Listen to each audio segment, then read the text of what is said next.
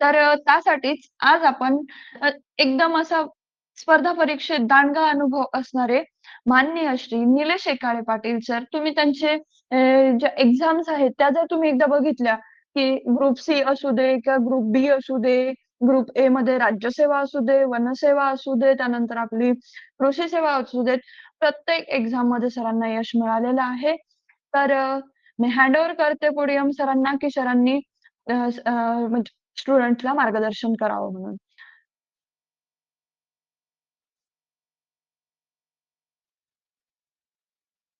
सर्वांना hello. Yes. आवाज येत आहे का? Yes sir. सर्वांना गुड आफ्टरनून. आता 12 वाजून गेले आहेत है ना. तर आज आपण ग्रुप सी म्हणजे गट क ची जी काही पूर्वपरीक्षा आता आयोग घेणार आहे 25 ऑक्टोबरला, त्या संबंधी बोलणार आहोत. तर आता दोन प्रकारचे विषय असतात. काही जण सुरुवातीपासून अभ्यास करणारे असतात, म्हणजे यापूर्वी पण त्यांनी ग्रुप सी च्या परीक्षा दिल्या आहेत, ग्रुप बी च्या दिल्या आहेत, 1-2 वर्ष तयारी करतात. ते असतात एक मुलं एका प्रकारची, आणि एक आता नवीन स्टार्ट करतात. तर आपण आज नवीन स्टार्ट करणाऱ्याबद्दल जास्त बोलणार आहोत, की ज्यांना एमपीएससी बद्दल काहीच माहिती नाही, एमपीएससी मार्फत कुठले पदं भरली जातात वगैरे वगैरे, गट क मध्ये कुठले पदं येतात, गट क चा सिलेबस काय आहे, गट क साठी पुस्तक कुठले वापरायला पाहिजेत वगैरे वगैरे, त्या विषयावर आपण आज बोलणार आहोत. बरोबर ना. म्हणजे जे नवीन स्टुडंट आहेत त्यांच्यासाठी हा क्लास उपयुक्त असणार आहे, म्हणून त्यांनी शेवटपर्यंत हा क्लास बघा. आणि आत्ताच तयारी सुरू केली तर मग माझं ही पूर्वपरीक्षा निघेल का किंवा काय होईल, हे सर्व गोष्टीच्या प्रश्नाचे उत्तर या तुमच्या या क्लासमध्ये क्लिअर होणार आहे. बरोबर ना.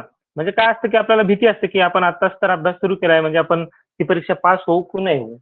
याच्यासाठी आपल्याला परीक्षेची कट ऑफ, परीक्षेची पद्धती, परीक्षेचा पेपर कसा असतो, हार्ड असतो, सोपा असतो, मागच्या वर्षीचे कट ऑफ काय आहेत, किती मार्क्सवर कट ऑफ लागला, या सगळ्या गोष्टी माहीत असायला हव्यात.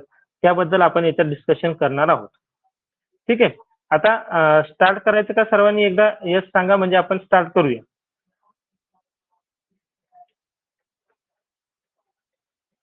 मेसेज बॉक्समध्ये तुम्ही सांगू शकता की आता स्टार्ट करा, म्हणजे आपण सेशनला सुरुवात करूया. तुमचे कोणी फ्रेंड्स वगैरे कोणी मित्रपरिवार असेल करणारा तयारी, त्यांना सुद्धा ही लिंक 1-2 मिनिटं अगोदर म्हणजे आता शेअर करा, म्हणजे आपण स्टार्ट करूया. ठीक आहे.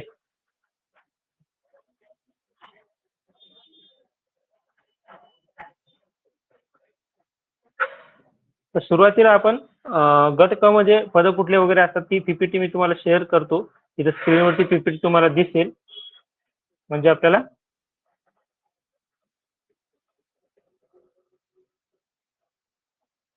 लक्षात येईल तुम्हाला. ओके. आज आपण कशावर बोलणार आहोत हे या इमेज मधून तुम्हाला दिसत असेल.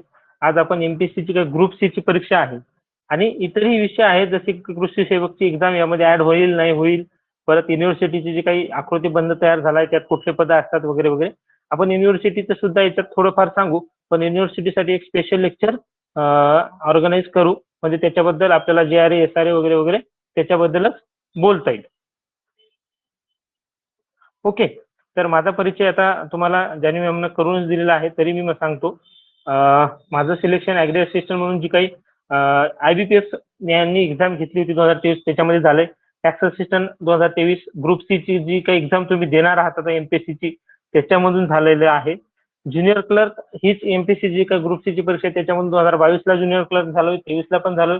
आणि TCS ने जी काही कॅनल इन्स्पेक्टरची एक्झाम घेतली होती त्याच्यात मी वेटिंगला होतो, नंतर ते क्लिअर झालं होतं. ठीक आहे. ते सुद्धा पद मिळालेलं आहे, आणि राज्यसेवेची मुख्य परीक्षा सुद्धा 4 वेळा दिलेली आहे, आणि ऍग्री मेन्स पण दिलेली आहे, फॉरेस्ट्रीची पण मेन्स दिली आहे, STPSI ASOच्या पण सगळ्या मेन्स दिलेल्या आहेत. ठीक आहे. हे सांगायचं एवढ्यासाठीच की बाबा आपण कोणाकडून मार्गदर्शन घेतोय हे तुम्हाला माहित असायला पाहिजे म्हणून सांगतोय, बाकी त्याच्याबद्दल असं काही हे नाहीये. ठीक आहे. आपण स्टार्ट करूया आता.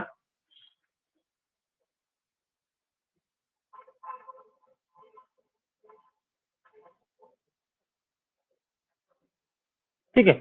आता ग्रुप सी मध्ये तुम्हाला स्क्रीनवर दिसतंय का, एकदा मेसेज वर सांगा स्क्रीन व्यवस्थित दिसत आहे का. जे लोक जॉईन आहेत स्क्रीन व्यवस्थित दिसत आहे का ते एकदा सांगाल. ठीक आहे. सर्वांना दिसतंय तर आपण मूव ऑन करूया. आता समाविष्ट पदे का सांगणं गरजेचं आहे की आपण कुठल्या परीक्षेच्या कुठल्या पदासाठी अभ्यास करतो हे माहित असायला पाहिजे. नाहीतर सर आता काय असते की तलाठीमध्ये याच्यामध्ये तलाठीचे पद जास्त आहेत, बरोबर ना. म्हणून सर्वांना वाटते की ही तलाठीची स्पेशल एक्झाम आहे का काय, तर असं नाही. यामध्ये वेगवेगळ्या प्रकारची पदं आहेत. जसं की उद्योग निरीक्षक हे पहिलं पद त्याच्यामध्ये दिसतंय तुम्हाला. उद्योग निरीक्षक हे ग्रुप सी मधलं पद असलं तरी त्याचा पगार S13. आता पगाराचे वेगवेगळे बेसिक्स वगैरे असतात. 25,500, 19,900 बेसिक म्हणजे हे मूळ वेतन असतं आणि त्याच्यामध्ये तुमचा घर भाडे भत्ता असतील, महागाई भत्ता ह्या गोष्टी ऍड होत असतात, है ना. आता इथं उद्योग निरीक्षक तुम्हाला दिसत असेल, उद्योग निरीक्षक पद आहे S13, त्याचं पेमेंट असतं. ओके. त्याच्यानंतरचं आहे दुय्यम निरीक्षक राज्य उत्पादन शुल्क, हे सुद्धा तुम्हाला तिथे दिसत असेल. दुय्यम निरीक्षक राज्य उत्पादन शुल्क याचं सुद्धा पेमेंट S13 असतं. म्हणजे दारूबंदी अधिकारी याला असं म्हणतात. राज्य उत्पादन शुल्क जे आहे, दारूवर जे काही शुल्क आकारलं जातं त्याची वसुली वगैरे करण्याचं काम हे राज्य उत्पादन शुल्क विभाग करत असतो. त्याच्यामधलं दुय्यम निरीक्षक म्हणजे एक्साईज PSI असं त्याला म्हणतात. नंतर परत विमा संचालनामधलं तांत्रिक सहाय्यक पद आहे, त्याचाही पगार जास्त आहे. सहाय्यक अधीक्षक, सहाय्यक अधीक्षक हे तुम्ही ऍडमिनिस्ट्रेटिव्ह लेवलवर जेव्हा जाल ऑफिसला, तुमचं सेवा पुस्तक असेल वगैरे वगैरे ज्या काही गोष्टी ठेवायच्या असतात आस्थापनेमधला, त्या आस्थापनेचा मूळ भाग सांभाळणारं किंवा ऑफिशियली सगळं वर्क सांभाळणारं पद, त्याच्यातलं महत्वाचं पद म्हणजे सहाय्यक अधीक्षक असतं. जसं की लिपिक असतं, त्याच्यावर वरिष्ठ लिपिक असतं, नंतर त्याच्यावर सहाय्यक अधीक्षक असतं, त्याचं सुद्धा S13 पेमेंट आहे. ग्राम महसूल अधिकारी, ज्यांची सर्वांनी आपण वाट बघतोय की बाबा ग्राम महसूल अधिकारी बद्दलच आपल्याला सगळ्यांना उत्सुकता आहे, तलाठी होण्याची सगळ्यांना उत्सुकता आहे, ठीक आहे ना. तलाठी पद सुद्धा हे ग्रुप सी मधून यावर्षीपासूनच भरलं जात आहे. पूर्वी एकच परीक्षा असायची आणि ती TCS मार्फत गेल्या वर्षी घेतली होती, ठीक आहे ना. TCS मार्फत ती घेतली होती. यावेळेस मात्र ती MPSC मार्फत घेण्यात येत आहे, बरोबर. एक मिनिट, आपल्या याचा पेनचा कलर चेंज करतो म्हणजे तुमच्या लक्षात येईल, ठीक आहे. आता ती MPSC मार्फत घेण्यात येणार आहे, त्याच्यामुळं त्याला पूर्व आणि मुख्य दोन्ही असणार आहे. यापूर्वी एकच पेपर होता, आता तसं नाहीये. आता पूर्व आणि मुख्य दोन्ही असणार आहे, ठीक आहे. पूर्व असणार आहे, मुख्य असणार आहे. आज आपण कशाची चर्चा करतोय, फक्त पूर्व परीक्षेची चर्चा करणार आहोत, ठीक आहे. अजून कुठले पद आहेत सर त्याच्यात, तर वरिष्ठ लेखापाल आहे, परत वरिष्ठ लिपिक आहे, कर सहाय्यक म्हणजे आपण टॅक्स असिस्टंट ज्याला म्हणतो, ठीक आहे. टॅक्स असिस्टंट असेल आणि लिपिक टंकलेखक असेल. पण यामध्ये महत्वाची गोष्ट सांगायची आहे की कर सहाय्यक असेल किंवा लिपिक टंकलेखक असेल किंवा वरिष्ठ लिपिक असेल, या दोन्ही तिन्ही पदासाठी वरिष्ठ लिपिक, कर सहाय्यक आणि लिपिक टंकलेखकसाठी तुम्हाला मराठी 30 आहे ना आणि इंग्लिश 40 ही टायपिंग सर्टिफिकेट असले पाहिजे तुमच्याजवळ. म्हणजे या एक्झाम तुम्ही पास झालेल्या असायला हव्या, ठीक आहे. कर सहाय्यकसाठी दोन्ही पाहिजेत, मराठी 30 आणि इंग्लिश 40. तुम्हाला लिपिक टंकलेखकसाठी मात्र एक कुठली जरी असली याच्यात ते तरी चालतं. म्हणजे मराठी 30 असली तरी चालतं, इंग्लिश 40 असली तरी चालतं. आता तुम्हाला लक्षात आले का कुठले कुठले पद याच्यात भरले जातात? याबद्दल काही डाऊट असेल तर बोला, म्हणजे आपण पुढे जाऊया, म्हणजे मूव्ह ऑन करण्यासाठी सोपं जातं. आता पदाबद्दलची माहिती सगळ्यांना आली का? मेसेज मध्ये तुम्ही सांगू शकता. एकदा आपण तुम्ही तेव्हाच्या सर्वजण क्लिअर टाईप करा, म्हणजे सरांना समोर जायला योग्य होईल. आणि किंवा जर प्रश्न असेल तर तुम्ही तो कमेंट चॅट बॉक्स मध्ये टाकू शकता किंवा तुमचा माईक ऑन करून तुम्ही सरांशी डायरेक्ट कॉन्टॅक्ट करू शकता. ओके. म्हणजे पदाबद्दलची जर तुम्हाला कळलं असेल तर आपण पुढे जाऊया. म्हणजे काय होते, आपण पुढच्या पेजवर गेलो तर परत मागे यायला हे होते. म्हणून आताच्या आता तुम्हाला अजून काही बुवा या पदाबद्दलची माहिती असेल, पाहिजे असेल किंवा सर अजून काही लागतं का, तर फक्त एक त्याच्यात एकच आहे, टॅक्स असिस्टंट आणि ज्युनियर क्लर्क. यासाठी मराठी 30 आणि इंग्लिश 40 टॅक्स असिस्टंटसाठी दोन्ही पाहिजे आणि क्लरिकसाठी कुठलीही एक असली तर टायपिंग तुम्हाला चालतं, ठीक आहे. आता तर तुम्ही फॉर्म भरलेला आहे, या गोष्टी तरी काही जणांना माहीत असतात नसतात. म्हणून काय असतं, मेन्सच्या फॉर्म पर्यंत तुम्हाला मराठी 30 इंग्लिश 40चं टायपिंग सर्टिफिकेट असलं तर चालतं. म्हणजे आता कोणी ऍडमिशन घेतले असतील त्यांना पण सुद्धा ते मेन्सच्या वेळेस असलं तर ते क्वालिफाय होतील, ठीक आहे. आपण आता पुढे जाऊया.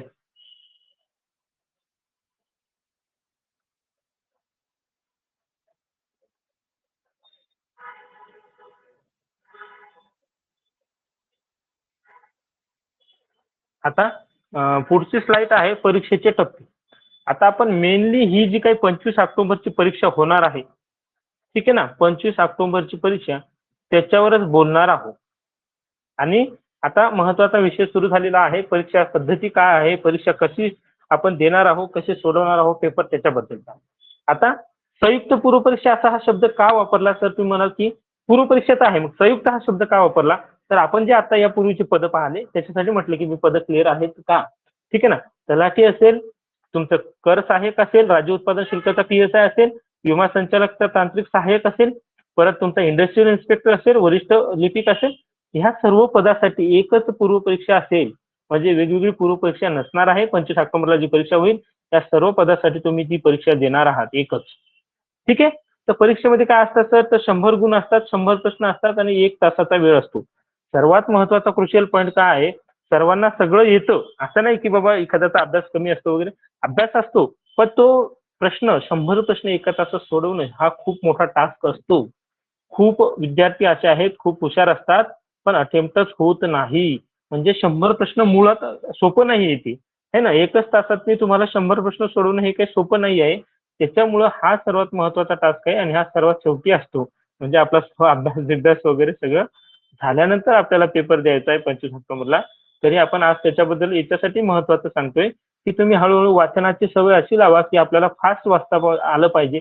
फास्ट वाचून सुद्धा आपल्याला समजलं पाहिजे. ठीक आहे. फास्ट वाचताना सुद्धा आपल्याला ती गोष्टी समजल्या पाहिजेत. फास्ट वाचायची सवय लागली, तर तुम्ही पेपर सुद्धा फास्ट वाचाल. काही जणांना खूप स्लो वाचायची सवय असतं. ठीक आहे ना. ती सवय मात्र इथं तुम्हाला मागे टाकू शकते. तुम्हाला पेपरमध्ये अडचणी निर्माण करू शकते स्लो वाचायची सवय. आलं लक्षात? 100 गुण असतात, 100 प्रश्न असतात. वेळ मात्र 1च तास असतो आणि निगेटिव्ह मार्किंग आहे. आता तुम्ही काही परीक्षा तुम्ही पूर्वीपासून जर समजा CET वगैरे दिली असेल, तर त्यात निगेटिव्ह मार्किंग असतं हे तुम्हाला माहीत असतं. निगेटिव्ह मार्किंग काय आहे? 1/4 आहे. म्हणजे तुमचे 4 प्रश्न चुकल्यावर एका प्रश्नाचे मार्क काय होतील? मायनस होतील. ठीक आहे ना. जेव्हा 4 प्रश्न चुकतील, तेव्हा एका प्रश्नाचे मात्र मायनस तुमचे गुण होणार आहेत. अशी ही नकारात्मक गुण पद्धती आहे. हे सुद्धा लक्षात घ्या. अजून हे आपण संयुक्त पूर्व परीक्षेबद्दल बोललो. मुख्य परीक्षेला 2 पेपर असणार आहेत. तर तुम्ही म्हटले आता की बाबा आपल्याला पूर्व परीक्षेबद्दलच बोलायचं आता मध्येच मुख्य परीक्षा का आणली? तर मुख्य परीक्षा याच्यासाठी आणली, की त्याच्यात आपल्याला महत्वाचं आहे जे 2 पेपर असणार आहेत 200-200 प्रश्नासाठी 200 प्रश्न 2 पेपर म्हणजे 100-100 प्रश्नाचा एक पेपर असणार आहे. एका पेपरला 200 गुण असणार आहेत आणि सेकंड पेपर जो आहे याच्यामधला, ठीक आहे ना, तिथं सुद्धा तुम्हाला 1च तास आहे. दुसरा पेपर जो आहे संयुक्त मुख्य परीक्षेचा तो GSचा आहे आणि GS म्हणजे आपण जो संयुक्त पूर्व परीक्षेचा सिलेबस पूर्ण शिकणार आहोत, त्यातीलच सर्व सब्जेक्ट तुम्हाला मुख्यच्या दुसऱ्या पेपरला सुद्धा असणार आहेत. म्हणून पूर्वपरीक्षा एवढी महत्वाची आहे. पूर्वपरीक्षेचा सिलेबस एवढा महत्वाचा आहे. पूर्वपरीक्षेतनी जास्त मार्क्स मिळवणं एवढं महत्वाचं आहे, की आपण पूर्वपरीक्षेचा अभ्यास करताना संयुक्त मुख्य परीक्षेच्या पेपर 2चा सुद्धा अभ्यास करत असतो. म्हणून आपल्याला पूर्वपरीक्षा महत्वाची आहे. आलं का सगळ्यांच्या लक्षात? आता तुम्हाला परीक्षेचे टप्पे काय असतात हे कळालं असेल तर येस टाइप करा.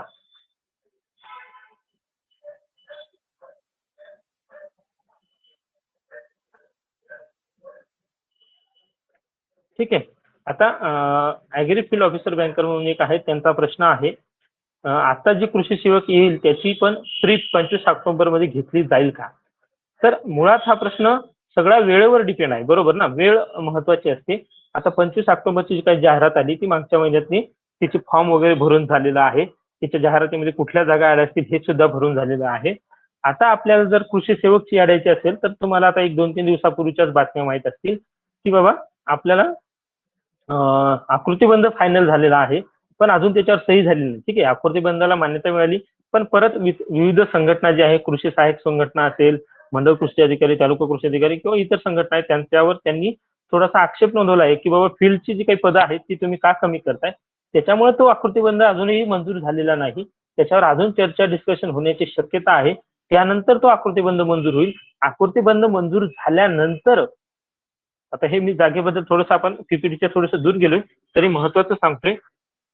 ठीक आहे ना. हे महत्वाचं सांगणं याच्यासाठी की आपण मॅक्झिमम मी सुद्धा ॲग्रीकल्चर बॅकग्राऊंडचा आहे.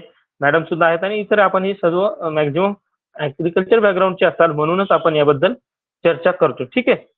तर अजूनही काय आकृतीबंध मंजूर झालेला नाही. अजून आकृतीबंध मंजूर झालेला नाही. त्याच्यामुळे आकृतीबंध मंजूर जेव्हा होईल त्याच्यानंतर वित्त विभागाची परत जागा भरण्यासाठी सुद्धा मान्यता घ्यावी लागते. याला वेळ लागतो. म्हणून सध्या तरी कृषीच्या जागा ऍड होण्याची शक्यता या ऍड मध्ये कमी आहे असं मला स्वतः वाटतंय. शेवटी शासन जर तो फास्ट केलं सगळी प्रक्रिया तर ते येऊ शकतात असं काही नाही. पण मॅक्झिमम चान्सेस तर कमी आहेत की बाबा सध्याच्या जाहिराती, कारण आकुर्ते बंद फायनल व्हायलाच अजून वेळ आहे. त्याच्यानंतर परत वित्त विभागाची मान्यता घ्यावी लागेल की आम्हाला ही पदं भरायची आहेत. ओके, आता आपण पुढे जाऊया आपल्या प्रश्नपत्रिकेचं स्वरूप आपण इथे बघत आहोत. सामान्य क्षमता चाचणीचा हा आपला पेपर असणार आहे. ठीक आहे.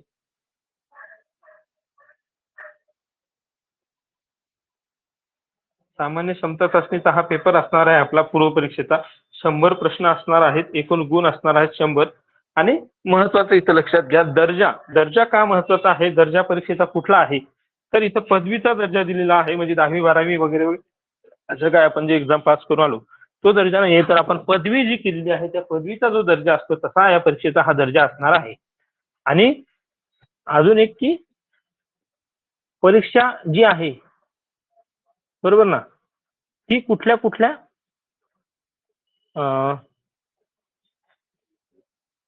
कुठल्या लँग्वेजमध्ये प्रश्न असतात हा सुद्धा काही जणांचा प्रश्न असतो. तर प्रश्न हे दोन्ही लँग्वेजमध्ये असतात, मराठी आणि इंग्रजी.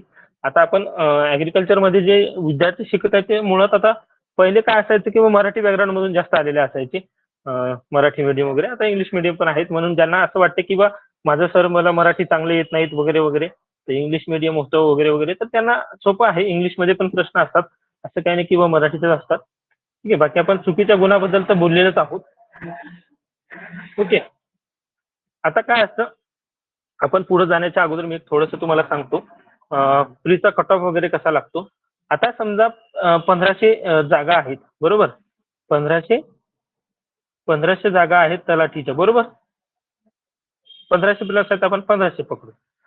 आता तुम्ही पेपर देणारे समजा 5000 10,000 1,00,000 विद्यार्थी आहेत, बरोबर. 1,00,000 विद्यार्थी पेपर देतात. 1500 जागा आहेत गुणीला 15. मुख्य परीक्षेला एकाच 15चा रेशो असतो. म्हणजे एक जर जागा असेल तर 15 लोक त्याच्यासाठी मुख्य परीक्षेला घेतले जातात. आणि मुळात शेवटी एकच सिलेक्ट होणार आहे, पण 15 जणांना मुख्य परीक्षा देण्याची संधी मिळते. मग आता हे 15 जण कोण घेतली जातात, किंवा 15 गुणिले 15 जे काही 25,000 होतील किंवा जे होईल आकडा, है ना, तर ते जे सगळ्यात जास्त मार्क्सवाले असतील वरचे, तेच या मुख्य परीक्षेसाठी क्वालिफाय होतील. म्हणजे स्पर्धा परीक्षा जी असते किंवा गटकाची पूर्व परीक्षा जी असते ते त्याचं पास नापास वगैरे काही नसतं. एक काय म्हणते मार्क्सची सीमा असतो, त्या सीमेच्या वर असणारा विद्यार्थी मुख्य परीक्षेसाठी क्वालिफाय असतो, त्या सीमेच्या खाली असलेला विद्यार्थी मुख्य परीक्षेसाठी क्वालिफाय नसतो, बरोबर ना. म्हणजे आपण नापास झालो किंवा आपल्याला जसं असतं 55% पासिंग वगैरे, तसं इथे काही नसतं. स्पर्धा परीक्षा तयारी जे सुरुवात पहिल्यांदाच करतात त्यांना ही गोष्ट लक्षात आली पाहिजे. या पास नापास वगैरे काही नसतं, क्वालिफाय किंवा नॉन क्वालिफाय असं असतं, पात्र अपात्र. ओके, ठीक आहे. आता हे आतापर्यंतच्या ज्या काही गोष्टी सांगितल्या, पूर्व परीक्षा कशी असते वगैरे वगैरे, ह्या सगळ्या गोष्टी क्लिअर झाल्या आहेत का, तर यस टाका. नंतर आपण अभ्यासक्रम आणि त्याच्यासाठी कुठली बुक लिस्ट वापरायची, कुठल्या विषयावर किती प्रश्न येतात त्याच्याबद्दल बोलूया.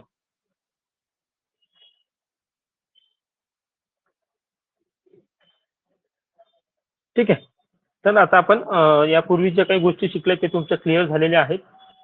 आता आपण समोर जाऊया. ठीक आहे. आता अभ्यासक्रम महत्वाचा का असतो, तर परीक्षा मुळात अभ्यासक्रमावरच डिपेंड असते. अभ्यासक्रम समजून गेला तर परीक्षा समजून असते, असं त्याचा अर्थ असतो. अभ्यासक्रम हा खूप महत्वाचा आहे आणि त्याच्यासोबतच पीवायक्यू सुद्धा खूप महत्वाचे आहेत. पीवायक्यू वर एक सेपरेट लेक्चर होऊ शकतं, असे पीवायक्यू असतात. पीवायक्यू म्हणजे काय सर, तर पीवायक्यू म्हणजे previous year question. Previous year question, आता तुम्ही जर ज्यांनी ऍग्रिकल्चरचं बॅकग्राऊंड आहे, ग्रॅज्युएशन ऍग्रिकल्चर मधून केलं आहे, ते काय करतात, एक जातात झेरॉक्स 3-4 वर्षाचे मागचे पेपर आणतात सेमिस्टर यांच्या अगोदर, ते 3-4 वर्षाचे पेपरचा चांगला अभ्यास करतात.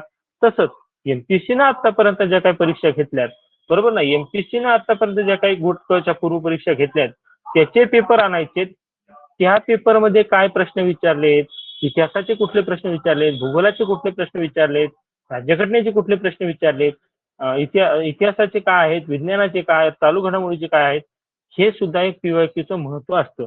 म्हणजे तुम्हाला लक्षात येते की आपल्याला कसे यापूर्वी प्रश्न विचारलेले आहेत आणि तसेच आपल्याला या नंतर सुद्धा येऊ शकतात, कारण की ते त्या जवळपासच प्रश्न असतात, म्हणून पीवायक्यू सुद्धा खूप गरजेचे आहेत. पीवायक्यूची पीडीएफ जानी मॅडम आपण टेलिग्राम चॅनलवर टाकूया, म्हणजे आणि हे टेलिग्राम चॅनलला जॉईन असतील किंवा व्हॉट्सअप ग्रुपला जॉईन असतील तर आपण यांना ती एक 2017 पासूनचे जे काही पीवायक्यू आहेत, आन्सर्सही दिलेले आहेत, हो आपण सर. ते यांना पीडीएफ शेअर हो करूया. सर. हो सर, अपलोड केले हां, आहेत आणि जर समजा आणखी यांना जर समजा प्रॉब्लेम असेल, तर परत एकदा शेअर करून देऊ. चालेल, चालेल. ठीक आहे, म्हणजे पीवायक्यू तुम्हाला खूप गरजेचे आहेत आणि पीवायक्यूवर एक 10-15 मिनिटं चर्चा सुद्धा करता येईल असं आहे. पीवायक्यूचा अभ्यास करताना आता युट्यूबला ते लेक्चर आहेत, तरी मी परत इथं थोडंसं शॉर्टमध्ये सांगतो. पीवायक्यूचा अभ्यास करताना तुम्ही एक छोटी नोटबुक बनवायला पाहिजे. त्यामध्ये सगळे विषयाचं असे थोडे पेजेस द्यायला पाहिजेत. भूगोल, इतिहास, अर्थशास्त्र, राज्यशास्त्र, विज्ञान, चालू घडामोडी वगैरे, वगैरे. ठीक आहे. तर मग 2017 पासूनचे पेपर दिले तर 2017चा पेपर जर घेतला आपण ग्रुप सीचा किंवा ग्रुप बीचा. आता ग्रुप बी आणि सीचा याच्यासाठी आपण सोबत सांगतोय, की तुम्हा सर्वांना माहीत आहे की नाही मी सांगतो परत.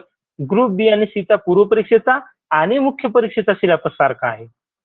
ठीक आहे ना. दोन्ही सिलेबस सारखा आहे, पेपरचा पॅटर्नही सारखा आहे. 100 म्हणजे एक पूर्वपरीक्षेला 1 पेपर, मुख्यला 2 तेच सेम सगळं सारखं आहे. फक्त गट ब आणि क मधला फरक एवढाच असतो, की गट ब थोडीशी टफ असते प्रश्न आणि गट क चे थोडेसे सोपे असतात. गट ब बद्दल आपण सध्या आता का बोलत नाही, की गट ब ची सध्या जाहिरात नाही, ती जाहिरात येऊन गेली, पूर्वपरीक्षा सुद्धा झाली आहे. म्हणून आपण गट ब बद्दल चर्चा करतोय. पण हे एक सांगायचं होतं गट ब आणि क चा तुम्ही गट ब चे पेपर सुद्धा गट क च्या तयारीसाठी पीवायक्यूचे वापरू शकता. ठीक आहे ना. अभ्यास करताना पीवायक्यूचा इतिहासाचे प्रश्न जर घेतले तर तुम्ही इतिहासाचे प्रश्न जर टॅली केले, तर इतिहासामध्ये कुठला प्रश्न आलाय 1857च्या उठावावर प्रश्न आलाय बाबा, तर मग तुम्ही लिहून ठेवायला पाहिजे 1857चा उठाव. बरोबर ना? इतिहास पहिला प्रश्न 1857चा उठाव. बरोबर. नंतर दुसरा प्रश्न कशावर आला सर? समाज सुधारकावर आला. बरोबर. नंतर तिसरा प्रश्न कशावर आला? विविध काही संघटना संस्था स्थापन केल्या त्याच्यावर आलाय. असं. वेगवेगळ्या ज्या काही चळवळी झालेल्या आहेत, आपली स्वातंत्र्य चळवळ असेल, त्याच्यावर आलेले प्रश्न असतील, असे वेगवेगळे किंवा इंग्रजांनी केलेले कायदे असतील, त्याच्यावर प्रश्न आले. तर असे टॉपिक तुम्ही प्रत्येक वर्षाला आलेले लिहिले पाहिजेत. त्या इयर वाईज. ते जर लिहिले, तर तुम्हाला लक्षात येईल वारंवार कुठल्या टॉपिकवर प्रश्न विचारतायत, कुठले टॉपिक महत्त्वाचे आहेत. तुम्हाला वारंवार कोणाला विचारायचं काम पडणार नाही, सर महत्त्वाचे टॉपिक कुठले आहेत ते मला सांगा. पीवायक्यूनच महत्त्वाचे टॉपिक कळतात, पीवायक्यूनच परीक्षेची पद्धत कळते, पीवायक्यूवरूनच परीक्षेचा दर्जा आणि प्रश्नांचा दर्जा कळतो. म्हणून पीवायक्यू खूप महत्त्वाचे आहेत आणि मी तुम्हाला आता अनालिसिसचं जे काही सांगितलंय, तसं तुम्ही प्रत्येक विषयाचं करायला हवं. म्हणजे तुम्हाला सोपं जाईल, की बा कुठल्या टॉपिकवर आतापर्यंत प्रश्न आलेत. हे इतिहासाचं सांगितलं, मी सगळ्या विषयाचं सांगू शकतो. असं काही नाही. भूगोलामध्ये राजकीय भूगोल असेल, प्राकृतिक भूगोल असेल, नद्या असतील, पर्वत असतील, शिखरावर प्रश्न येतात, वनसंपत्तीवर प्रश्न येतात, खनिजावर प्रश्न येतात, उद्योगावर प्रश्न येतात, आपले रस्ते वाहतुकीवर प्रश्न येतात. असं भूगोलाचं आहे. परत राज्यघटनेमध्ये तुम्हाला सांगायचं असेल तर आपले मूलभूत हक्क असतील, मार्गदर्शक तत्त्वे असतील, या सगळ्या गोष्टीवर प्रश्न येतात. तर ते वारंवार येणारे प्रश्न तुम्ही लिहून ठेवून त्याचे टॉपिक काढून जर तुम्ही अभ्यास केला तर खूप सोपं जाईल. पीवायक्यूचं महत्त्व तुम्हाला कळालं का? किंवा अजून पीवायक्यू बद्दल बोलायचं का? तर तुम्ही आता याच्यात टाईप करा.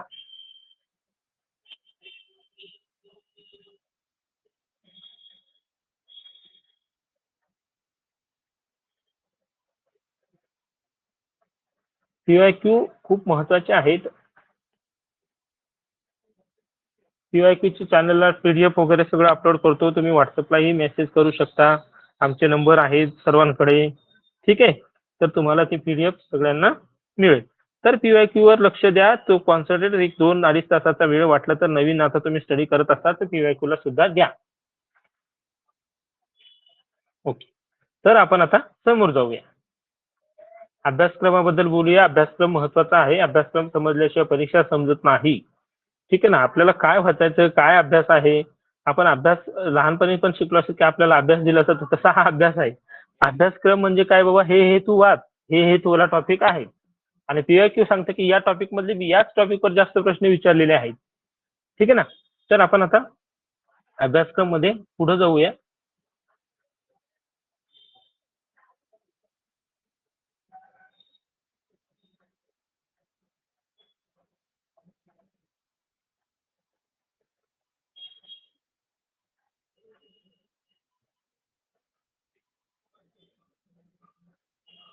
एक मिनिट. पीपीटी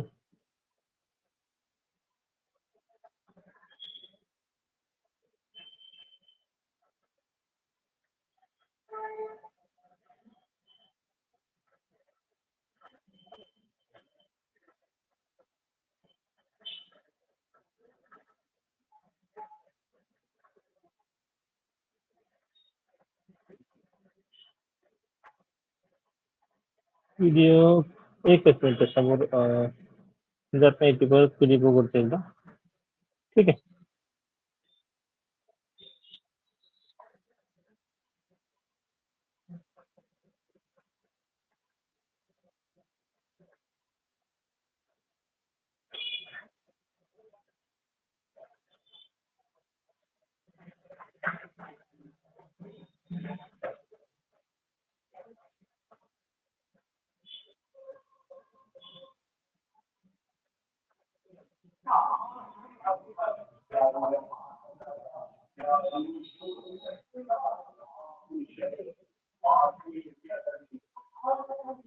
जान्हवी मॅडम आजचा लाईव्ह तुम्ही येस सर.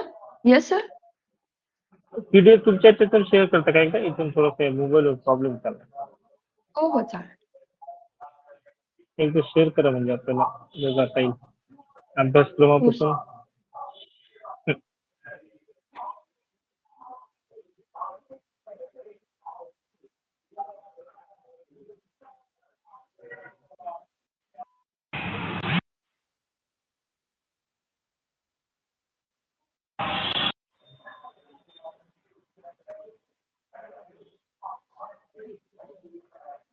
पीपीटी विजिबल आहे सर्वांना?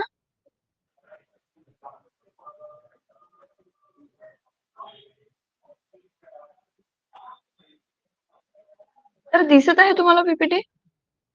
हो हो हो आलंय ते आता. तर आपण आता सिलेबस बद्दल बोलूया. मध्ये असा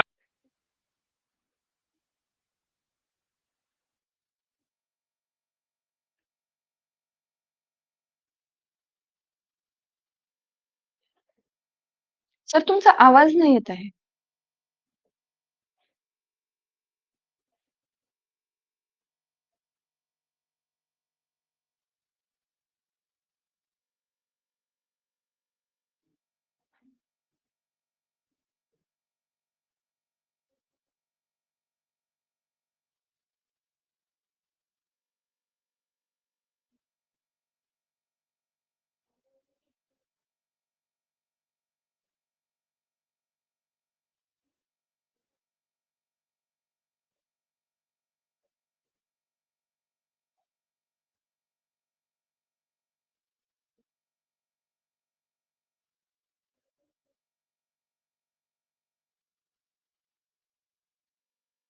सर तुमचा आवाज नाही येत आहे.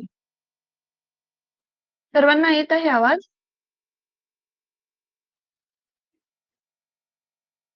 हॅलो?